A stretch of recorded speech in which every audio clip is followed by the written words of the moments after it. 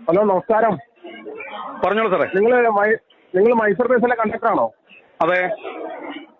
നിങ്ങളെ മൊബൈൽ വിളിച്ചിട്ട് കിട്ടുന്നില്ലല്ലോ റിസർവേഷൻകാര്. റിസർവേഷൻകാരോ? അതെ, എന്താ കാര്യം?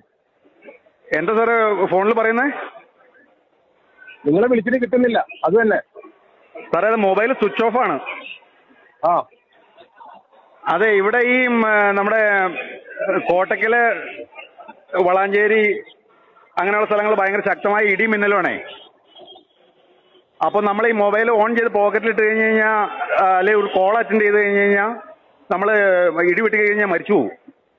ഈ കോഴിക്കോട് കാലാവസ്ഥ വലിയ കുഴപ്പമില്ല, അവിടെ നിന്ന് വിളിക്കുന്നവർക്ക് കുഴപ്പമില്ല. പക്ഷേ ഇവിടെ ഞാൻ ഫോൺ എടുത്തു കഴിഞ്ഞാൽ ഞാൻ മരിച്ചു പോകും. മരിച്ചു പോയി കഴിഞ്ഞാൽ കുഴപ്പം എന്താണെന്ന് വെച്ച് കഴിഞ്ഞാൽ, ഈ സമുദായത്തിൽ നിന്ന് ഒരു 5000 രൂപ തരും ശവദാഹത്തിന്.